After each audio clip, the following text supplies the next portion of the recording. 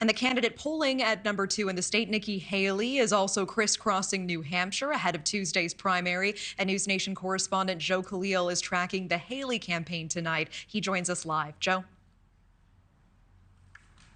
Yeah, so she has been campaigning all day, doing a number of events. This is one of her last opportunities to really make her case to voters, doing another event inside today, doing what candidates used to have to do years past, which is build a coalition. We've talked to a lot of her supporters at her events. You've got Republicans, you've got a lot of independents, and some Democrats. She's going to need all of that support. But the big question, Natasha, is it going to be enough?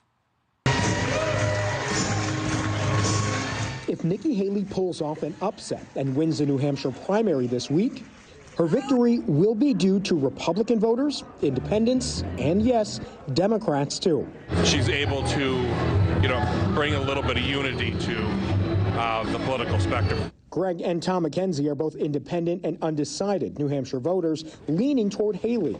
Her supporters, through multiple events this week, tell NewsNation they are in the same boat. Allie and Leo, both participating in their first election, may vote for Joe Biden in the general. But something about Haley, they say, speaks to them. I lean towards liberal, but I just think she relates more to them than the other candidates. Haley's top rival, former President Donald Trump, has been regularly attacking her for having to rely on voters of all stripes.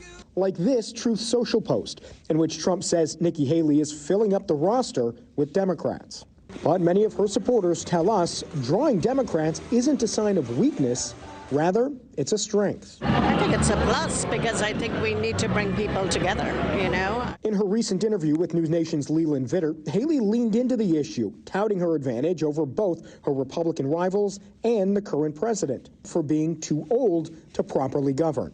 70% of Americans don't want to see a Trump-Biden rematch. The majority of Americans have an unfavorable view of Biden and Trump.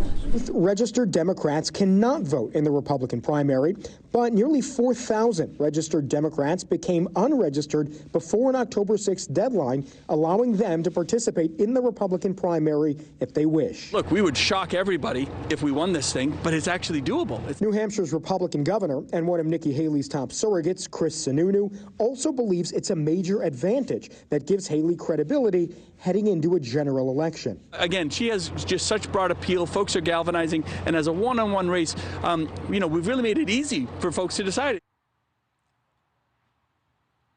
In that interview we did with Governor Sununu, we asked him why Nikki Haley hadn't gone after Donald Trump as aggressively as maybe some of her supporters wanted to. Well, in the last couple of days, she really has upped her criticism against Trump, questioning his mental fitness today at multiple events, calling him too old to run. Those are things that we hadn't heard Nikki Haley do or say, at least to that level, until now. We're going to see if that works out for her. Natasha. All right, Joe Khalil with the Haley campaign tonight with that update. Thank you so much. Thank you for watching. Go to newsnationnow.com to find NewsNation on your television provider. And don't forget to click the red subscribe button below to get more of NewsNation's fact-driven, unbiased coverage.